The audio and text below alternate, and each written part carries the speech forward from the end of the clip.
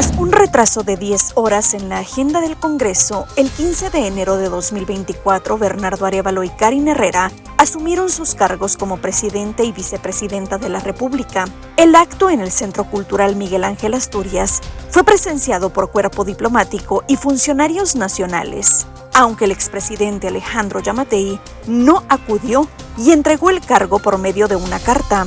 Samuel Pérez, diputado oficialista, fue quien juramentó a Arévalo al resultar electo presidente de la Junta Directiva del Congreso. Sin embargo, la pugna entre el binomio presidencial y el Ministerio Público ya había comenzado, y el partido Movimiento Semilla fue suspendido, por lo que la elección de la Junta Directiva se repitió, y en la nueva selección ningún diputado oficialista tuvo un espacio al estar suspendidos por orden de un juez. El Movimiento Semilla buscó una alianza para ceder la presidencia del Congreso.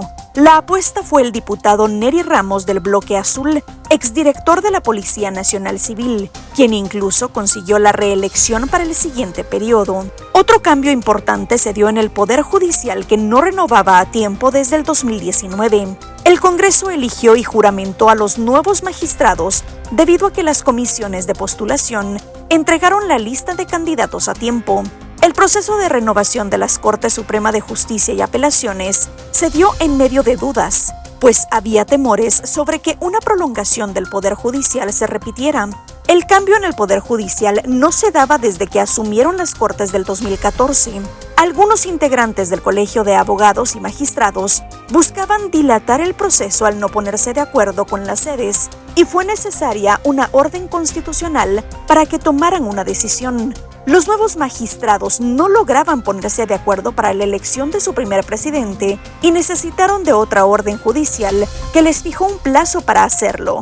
Finalmente, la presidencia quedó a cargo de Teodulo Cifuentes. Debilidad muscular en las piernas y los brazos fueron los síntomas que alertaron a las autoridades de salud en enero de este año. Varios casos alertaron sobre un brote al que se le denominó en un principio como enfermedad neurológica aguda. El 1 de febrero, por su rápida propagación, se declaró una alerta poblacional epidemiológica que abarcó Suchitepeques, Escuintla, Quetzaltenango, Retaluleu, Huehuetenango y Sololá. El 16 de febrero se confirmó que se trataba del síndrome de Guillain-Barré, que puede provocar parálisis total y hasta la muerte. El Ministerio de Salud, con el objetivo de encontrar las razones del brote, tomó muestras de agua y los resultados revelaron contaminación fecal, y se detectó una bacteria relacionada a esta contaminación en los pacientes, lo que pudo ser el origen del brote. Huehuetenango, Suchitepeques se consideró el epicentro del brote, al concentrar el 25% de los 87 casos identificados en 24 municipios del país. El último caso de Guillain-Barré fue diagnosticado el 10 de marzo. El domingo 4 de febrero se celebró la 66 edición de los Premios Grammy, que la Academia de Grabación de Estados Unidos otorga para destacar a la industria musical. Previo a la alfombra roja y ceremonia final, la artista guatemalteca Gaby Moreno demostró su orgullo por el país al interpretar Luna de Xelajú durante la premier de los Grammy 2024. Durante su participación, Moreno contó con el apoyo del cantante mexicano el David Aguilar y derrocharon talento en la premier, la cual no fue televisada pero sí transmitida a través del sitio Grammy.com, sus redes sociales y diversas plataformas de streaming. Durante la premier, ceremonia en la que se entrega la mayoría de los premios, Gaby Moreno fue condecorada con un Grammy en la categoría Mejor Álbum Pop Latino por la producción Por Mí, Volumen 1, la cual lanzó en mayo de 2023. En la nominación, la cantante, compositora y productora guatemalteca compitió con La Cuarta Hoja de Pablo Alborán, Beautiful Humans, Volumen 1 de Ale Mor, A Ciegas de Paula Arenas, La Neta de Pedro Capó y Don Juan de Maluma. La falta de mantenimiento a la red de carreteras, la ejecución de proyectos de infraestructura vial, la vulnerabilidad, la inacción e incapacidad son las principales deudas que deja el Ministerio de Comunicaciones, Infraestructura y Vivienda, institución en la cual desfilaron varios funcionarios durante el primer año de gobierno de Bernardo Arévalo. 2 ministros que hicieron equipo con el gobernante, varios viceministros, así como jefes o directores de unidades ejecutoras, dejaron los cargos como responsables de la rectoría en el mantenimiento y desarrollo de comunicaciones, un indicador de cierta inestabilidad. El MISIDI concluye sin el nombramiento de un ministro o su designación, en tanto que las autoridades han informado que se sigue en la búsqueda de la persona indicada.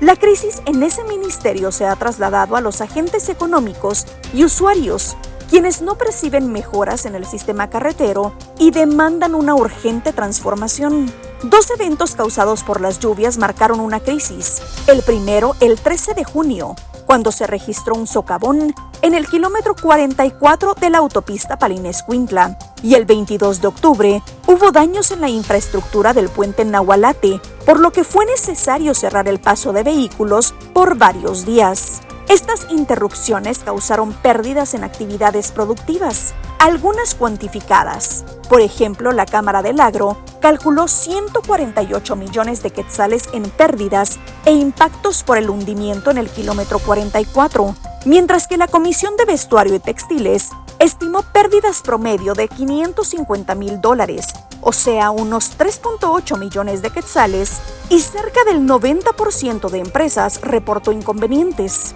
El 12 de noviembre de 2024, el Congreso de Guatemala aprobó la Ley de Infraestructura Vial Prioritaria, que busca mejorar las rutas más importantes del país. Esta iniciativa abarca el diagnóstico, preinversión, priorización, planificación, diseño, construcción, además de la rehabilitación, ampliación, operación y mantenimiento de las principales carreteras.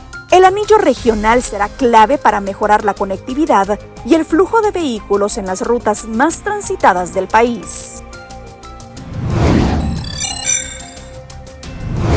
El 2024 quedó marcado para la historia como el año en que Guatemala escuchó por primera vez el himno nacional en una premiación de Juegos Olímpicos, gracias a la medalla de oro de Adriana Ruano en la modalidad de tiro, siendo la primera atleta guatemalteca en conquistar esta presea.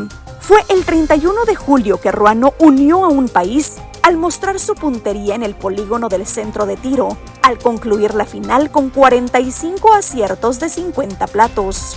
Ese puntaje no solo le valió para colgarse la medalla de oro, sino también para establecer un récord olímpico. No solo Ruano nos dio una alegría como país, también lo hizo el tirador Jean-Pierre Brol, quien consiguió la segunda medalla olímpica para Guatemala al obtener el bronce tras una gran faena en la prueba de foso.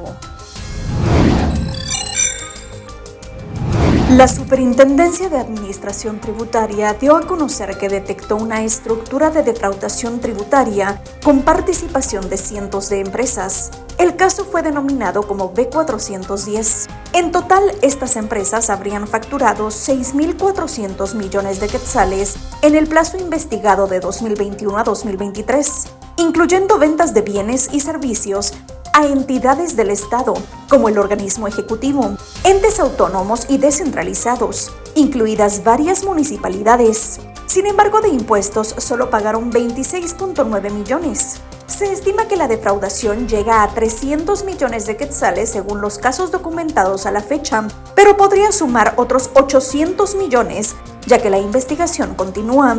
El jefe de la SAT, Marco Livio Díaz, informó que en agosto denunciaron a 35 contribuyentes y en septiembre a 206. De las empresas relacionadas, 30 presentaron amparos y se les reactivó la afiliación al IVA. La SAT apeló y a finales de noviembre la CC revocó el amparo a 12 de estas empresas. A noviembre, de los 300 millones de quetzales de posible defraudación, se habían recuperado 24.8 millones de quetzales en impuestos. A finales de noviembre, la SAT presentó otra denuncia penal que denominó el caso Eureka B410 por posible defraudación de 6.9 millones de quetzales.